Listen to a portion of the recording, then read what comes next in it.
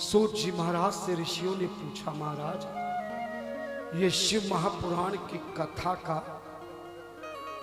कराने का क्या विधान है? कहा कि सुनो, श्रीमद् शिव पुराण श्रवणस्य विधिं वद, एन सर्वे लभे छोटा संपूर्णम फल उत्तमम। सोनक जी महाराज कहते हैं, आप हमें शिव महापुराण की विधि विधान समझाइए कि कराने वाला कराए तो क्या क्या करे, सुनाने वाला सुनाए तो क्या क्या नियम है, और सुनने वाला सुने तो उसका क्या नियम है। सूत जी महाराज बड़े प्रसन्न हो गए। सूत उवाच, सूत जी महाराज कहते हैं, आतते संप्रवक्ष्यामि संपूर्ण फल हेतवे विधिं शिव पुराणस्य श्रवणे सोनक मुनि।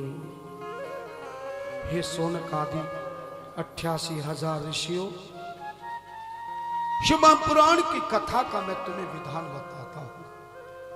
कोई भी आयोजन कराने वाले सभा, संस्था, ट्रस्ट, समिति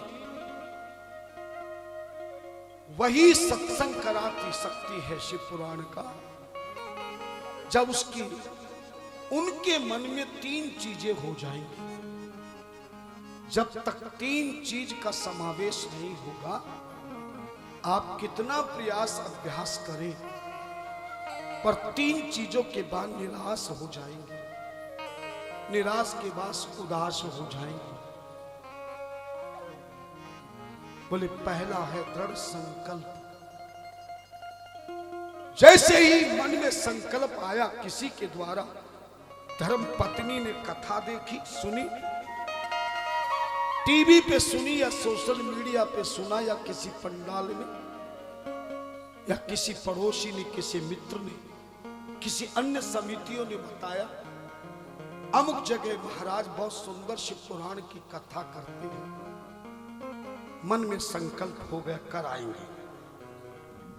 पर संकल्प 2 प्रकार का होता है, एक चल संकल्प, एक दृढ़ संकल्प। चल उसको कहते हैं, रोज कहे रोज छोड़ दे, चलो फिर देखेंगे, अगले महीने तो नहीं, फिर 2 बार, अगली बार व्यापार बढ़िया चलेगा तो फिर देखेंगे। और करते करते कई साल बीत जाते, कथा होने का टाइम नहीं आता, क्योंकि संकल्प दृढ़ नहीं है। और जब दृढ़ संकल्प हो जाता, नहीं, तारीख निश्चित करो, महाराज को सूचना दे करके पक्का करो, कथा होनी है। जब ऐसा संकल्प हो जाता है, तब ऐसे आयोजन कराने का समय कराने वाली आयोजक समिति को प्राप्त होता है। अब दृढ़ संकल्प तो हो गया, पर हमने क्रिया नहीं की। क्रिया की दृढ़ क्रिया होनी चाहिए। क्रिया का मतलब उसकी तैयारी। महाराज को फोन लगाओ, बुलाओ, क्या क्या व्यवस्थाएं होंगी, उन क्रियाओं को आपने दृढ़ता से प्रारंभ कर दिया। ये 2 चीजें तो आपके हाथ में है, मगर फिर भी तीसरी चीज, कोई कितना दृढ़ संकल्प कर ले, कोई कितनी दृढ़ क्रिया कर ले, पर तीसरी क्रिया है ईश्वर की कृपा। उसकी कृपा के बिना बड़े बड़े संकल्प और बड़ी बड़ी क्रियाएं समाप्त हो जाती। ये 3 चीजों का जब समावेश होता है, दृढ़ संकल्प, दृढ़ क्रिया और ईश्वर कृपा, जब 3 चीजें होती हैं, तब आयोजक समिति का आयोजन परम शुभ कार्य से परम लाभदायक होकर परम सफलता के शीर्ष पर पहुंचता है और जनमानस को कल्याण का मार्ग देता है। इसलिए पहले ये 3 काम होना चाहिए। उसके बाद व्यास गद्दी लगावे,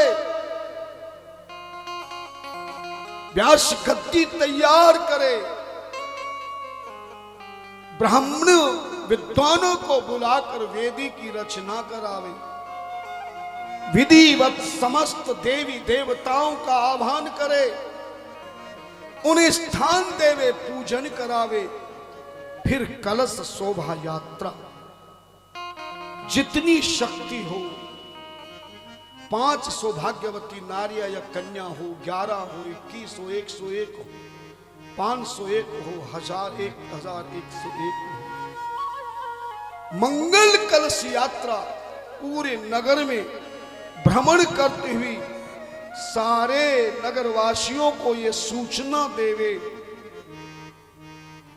कि अमुक जगह पर ऐसा सुंदर धार्मिक कथा आयोजन चल रहा।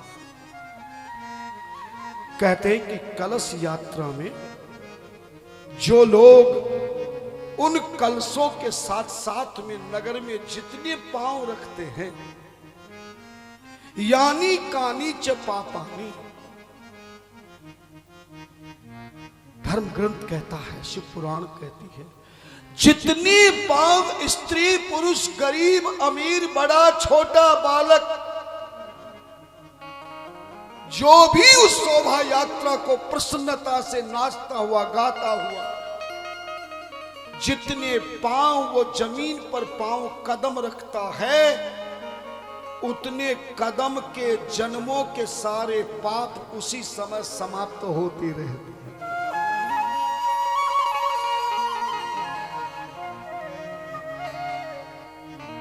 जितने पांव रखोगे उतने ही पांव, उतने जन्मों के पाप समाप्त हो जाते, क्योंकि जन्म कोई 100-200 नहीं होते। कितने जन्म है? 84 लाख। सुना नहीं क्या? 1,84,000 योनि भोग कर, 1,84,000 योनि भोग कर, तब चोला इंसान मिले। मजा तो जब है इस चोले का, कलश यात्रा घूमने का सम्मान। शायद किसी ने बताया नहीं, ये मंगल कलश यात्रा बहुत कीमती है। हमारे ऋषि मुनियों ने ऐसे ही नहीं बनाया। और जब कलश मंगल यात्रा लेकर पहुंच जाओ, उन कलशों को व्यास गद्दी पर विराजमान करके जो मुख्य यजमान उन ग्रंथ को सिर पर लेकर के चलता है,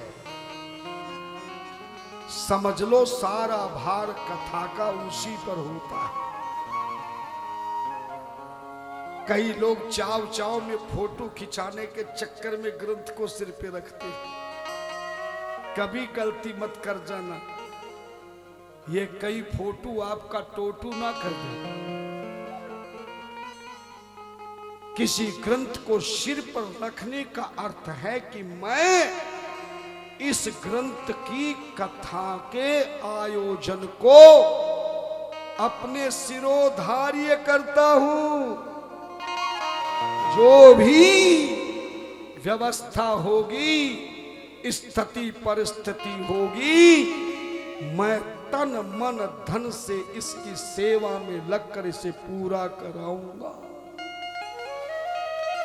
इसलिए सर पर ग्रंथ उसी को लेना चाहिए जो इस भार को सहन करने की शक्ति और उस आयोजन के प्रति, कथा व्यास के प्रति सच्ची भक्ति रखता है।